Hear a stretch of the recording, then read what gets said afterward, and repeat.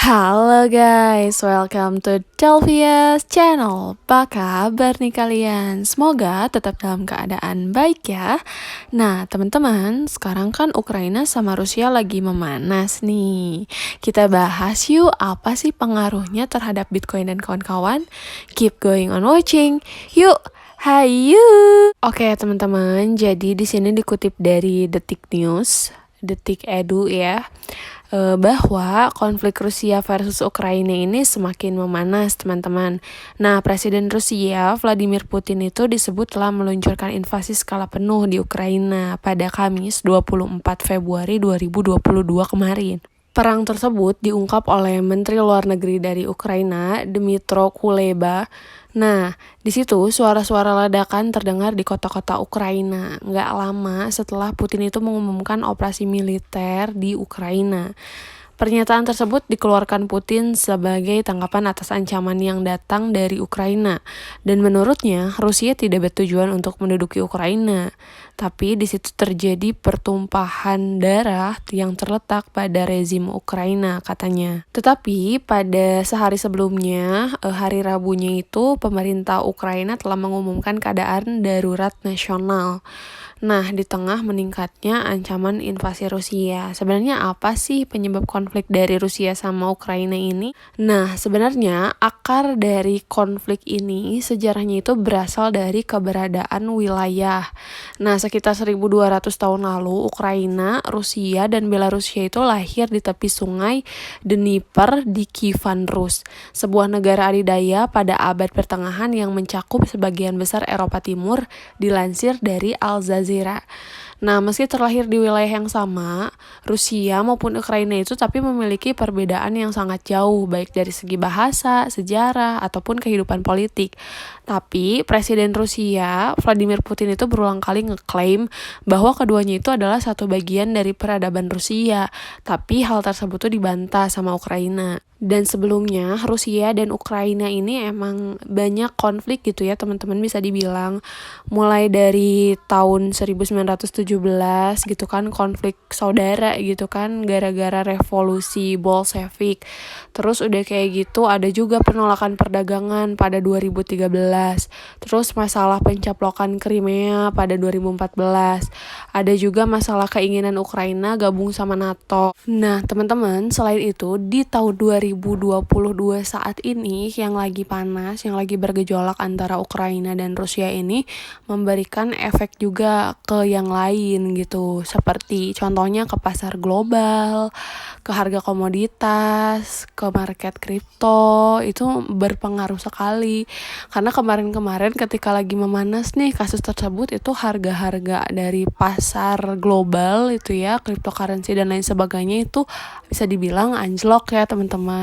Harganya itu turun dalam keadaan yang emang besar gitu. Harga Bitcoin dan Ethereum ikut terbakar nih karena perang Rusia versus Ukraina. Dikutip dari kontan.co.id, mata uang kripto ikut terimbas perkembangan geopolitik di Rusia dan Ukraina. Merujuk di CoinMarketCap hingga pukul 18.40 waktu Indonesia bagian Barat, kemarin pada 24 Februari Bitcoin berada di 35.109,01 US dollar per BTC-nya. Nah, turun 18,7% dalam sepekan. Cukup dalam ya, teman-teman.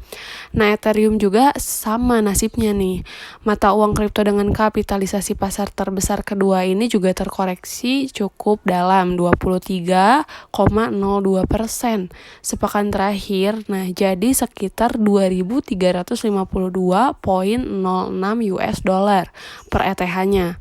Kata trader toko kripto, di sini beliau mengatakan bahwa dalam jangka pendek, perkembangan konflik antara Rusia dan Ukraina ini akan sangat mempengaruhi pasar kripto.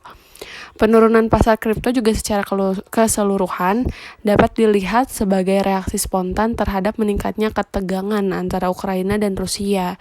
Jadi bisa dibilang kalau misalkan ada perang antara dua hubungan kripto terbesar di dunia, itu bisa menaikkan tingkat hash dari Bitcoin itu sendiri, dan ketakutan dari si para investor itu membuat pasar kripto jadi tertekan gitu. Nah, di saat yang sama juga pasar kripto ini tuh masih belum merespon positif ya, jadi masih merespon negatif karena dengan pengetatan kebijakan moneter AS dan belum ada keputusan dari The Fed ya. Jadi kita tunggu sampai Maret gitu kan keputusannya.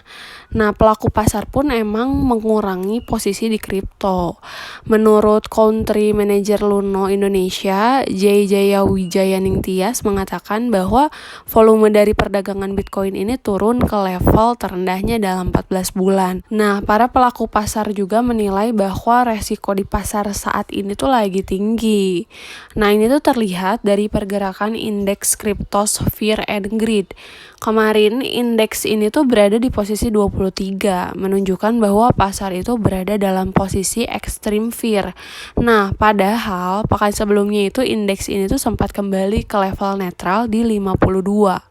Jadi sebagian besar dari investor itu memilih memindahkan asetnya tuh ke yang lebih low risk gitu, misalnya seperti emas, stablecoin, uang tunai, atau simpan uang di bank ya. Karena bisa dibilang kalau misalkan dilihat dari harga pasar tuh emang kalau naiknya itu nggak seberapa gitu ya, tapi turunnya itu dalam banget gitu. Jadi ibarat kata kalau misalkan dibandingin sama tahun lalu gitu ya, di bulan Oktober, di bulan sebelumnya itu emang jauh banget gitu kan harganya itu.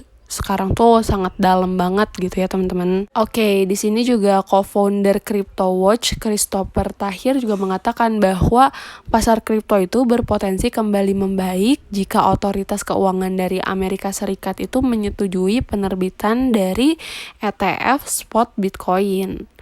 Nah, harga Bitcoin tuh kan sempat nembus 34.500 US dollar per BTC ya. Tapi di sini Christopher dan Avid memperkirakan bahwa supportnya itu yang berikutnya itu bakalan ada di posisi 32.000 US dollar per BTC. Sedangkan menurut Jay di sini menilai bahwa support dari Bitcoin juga ada di level 34.000 US dollar. Kemudian ada juga di level 28.000 sampai dengan 30.000 US dollar. Sementara support dari Ethereum tuh ada di 2.200 sampai dengan 2.300 US dollar. Oke teman-teman, sekian informasi kali ini. Semoga bermanfaat. Jangan lupa untuk like, comment, and subscribe channel Delvia Pratami karena partisipasi kalian sangat berharga. Thank you for watching. Bye-bye.